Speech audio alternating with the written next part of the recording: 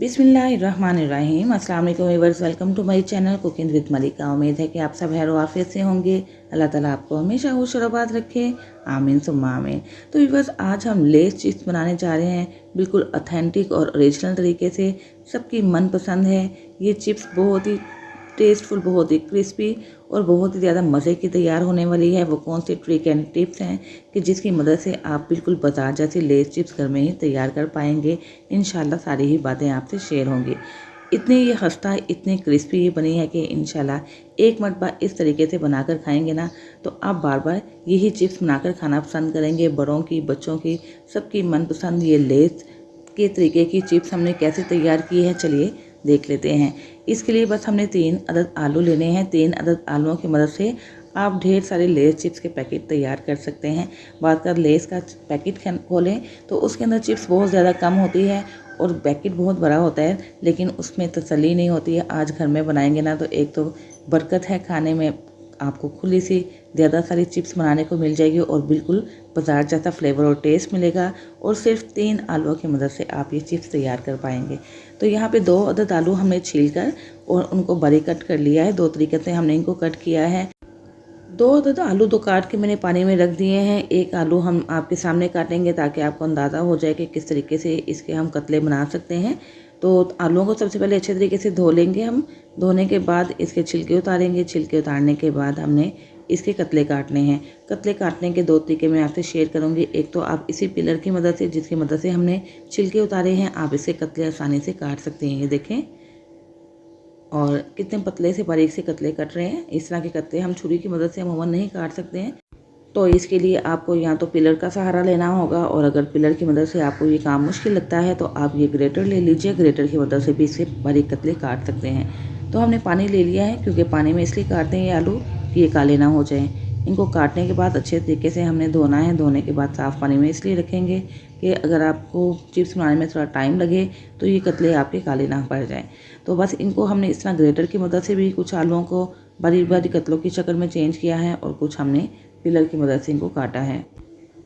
और इस तरह हम ये सारे ही आलूओं के कतले बना के रख लेते हैं पानी के अंदर। अगला स्टेप क्या करना है इंशाल्लाह मैं आगे चल के आपको शेयर करूँगी। आपने इस वीडियो को पूरी आखिर तक देखना है ताकि हर स्टेप आपको बहुत ही अच्छे तरीके से समझ आ सके। तो आलू हमने एक और काट लिया है। ये देखें, इसको हमें मलमल के हल्के हल्के हाथों से धोना है, क्योंकि इसके अंदर काफ़ी ज़्यादा स्टार्च होता है। उस स्टार्च को भी हमें निकालना है। और आप देख सकते हैं कि पानी किस हद तक गंदा हो चुका है।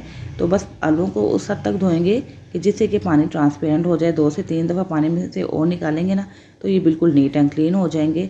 तो साफ़ करने के बाद आलूओं को हमने पानी से निकाल लिया है और एक छलनी में डाल दिया है, ताकि इसका जो एक्स्ट्रा पानी है वो निचड़ जाए।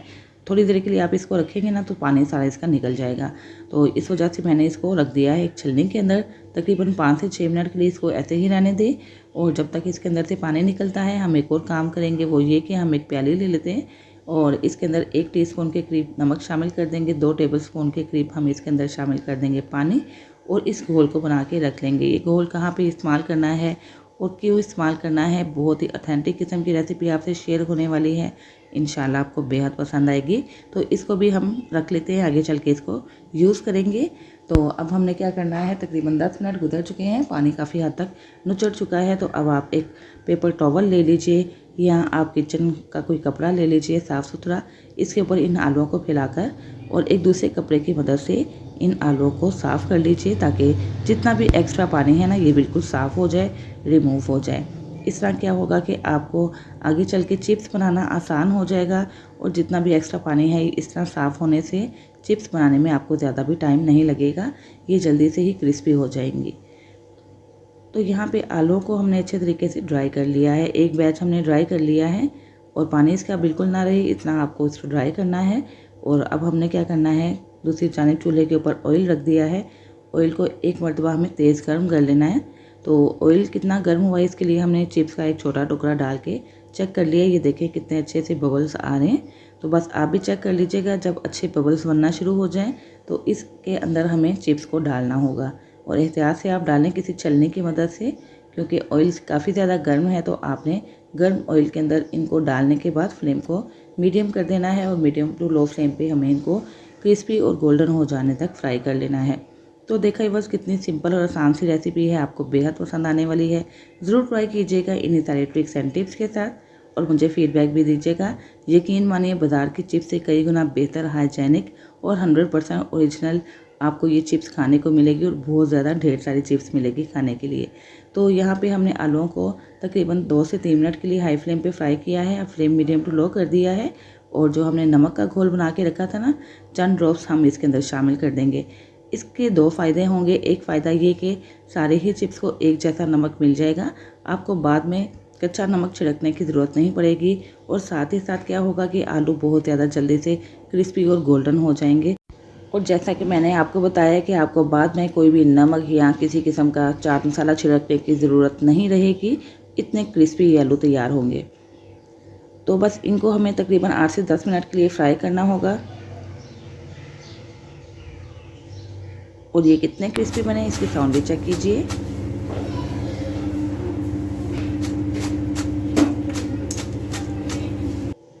तो देखा व्यूअर्स कितने अच्छे तरीके से इसकी साउंड आ रही है, बहुत ही क्रिस्पी ये तैयार हुए हैं। इस बैच को हम निकाल लेंगे। इसी तरह हम अपना दूसरा बैच भी तैयार कर लेते हैं। पहले बैच में हमने थोड़े से आलू डाल के फ्राई किए थे, दूसरे बैच में आप बेशक थोड़े ज़्यादा आलू डाल के फ्राई करें, क्योंकि पहली दफ़ा में आपको अंदाज़ा हो चुका है कि ये आलू किस तरीके से फ्राई करने हैं। बस इसको आपने उलट पुलट करते जाना है और साथ साथ मूव करते जाना है और इनको इक्वली एक जैसा कलर देते हुए फ्राई कर लेना है। आप देख सकते हैं कि आलू ना तो जले हैं और ना ही एक साइड से कच्चे रहे और ना ही इस तरह हुआ है कि एक साइड पे कलर आ गया, दूसरी साइड पे कलर नहीं आया। हर तरफ से आलू का इक्वली कलर आएगा जब आप इस तरीके से इनको फ्राई करेंगे। तो ये लीजिए बस ढेर सारी आलू की चिप्स तैयार हो चुकी है। 3 आलू की मदद से हमने 2 बैच निकाल लिए हैं, अभी 1 बैच बाकी है। लेकिन इन 2 बैच को जो हमने आपके सामने निकाले हैं, इसको डिश आउट करके आपको दिखा देते हैं। तीसरा बैच हम फ्राई कर रहे हैं। तो ये देखिए बस चिप्स की कंडीशन को चेक कीजिए।